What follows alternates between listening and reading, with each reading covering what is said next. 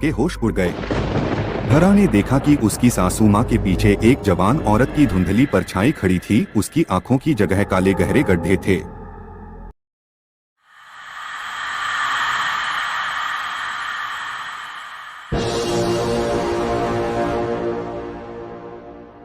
आशपुरा विस्तार में रहने वाली धरा शर्मा की अभी नई शादी हुई थी।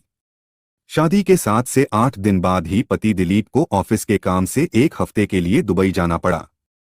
धरा अपने अनुभव के बारे में बताती हैं कि एक रात जब वह अपने कमरे में अकेली सोई हुई थी तभी अचानक उनका टीवी चलना शुरू हो गया, जिससे वह चौंक गई। उन्होंने तुरंत उठकर टीवी बंद कर दिया और फिर से सोने की कोशिश करने लगी।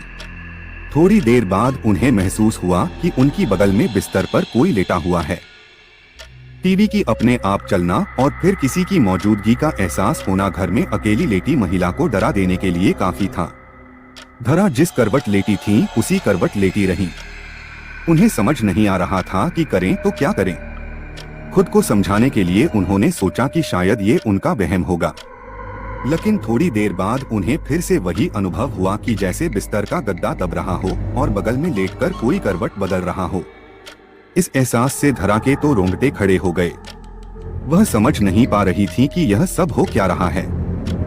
बहुत हिम्मत जुटाकर वो बिस्तर से उठी और पीछे पलटकर देखा। वहाँ कोई नहीं था, लेकिन जब उनकी नजर गद्दे पर पड़ी तो धरा का दिल दहल गया। गद्दा नीचे की ओर दबा हुआ था और ऐसा दिख रहा था जैसे उस पर कोई इंसान लेटा हुआ है। अब वह चिल्लाना चाहती थीं, पर खौफ और डर के मारे उनके हलक से आवाज तक नहीं निकली। दिल की धड़कन बहुत तेज हो चली थी। घबराहट में धरा ने तकिया उठाकर उस जगह पर फेंका जहां गद्दा दबा हुआ था। ऐसा करते ही बिजली की तेजी से गद्दा ऊपर आकर ठीक हो गया और धरा को ऐसा भास हुआ कि वहां से कोई परछाई तेजी से उठ खड़ी हुई हो। इसके बाद करीब 30 मिनट तक कोई हलचल नहीं हुई। तब धरा में थोड़ी बहुत हिम्मत बंधी और उसने पास पड़े मोबाइल से बगल के कमरे में सो रही अपनी सासू माँ को फोन किया। उनकी सांस तुरंत दौड़कर धरा के कमरे में आ गई और पूछने लगी कि क्या हुआ। अभी धरा कुछ बोले उसके पहले उसे फिर से ऐसा कुछ दिख गया जिसे देखकर उसके होश उड़ गए। धरा ने देखा कि उसकी सासू माँ के पीछे एक जवान औरत की धुंधली परछाई खड़ी थी। उसकी आंखों की जगह काले गहरे गड्ढे थे और उसका कद करीब करीब कमरे की छत जितना ऊंचा था। यह भयानक नजारा देखकर धरा वहीं बेहोश हो गई और उसी रात उन्हें अस्पताल में दाखिल करना पड़ा।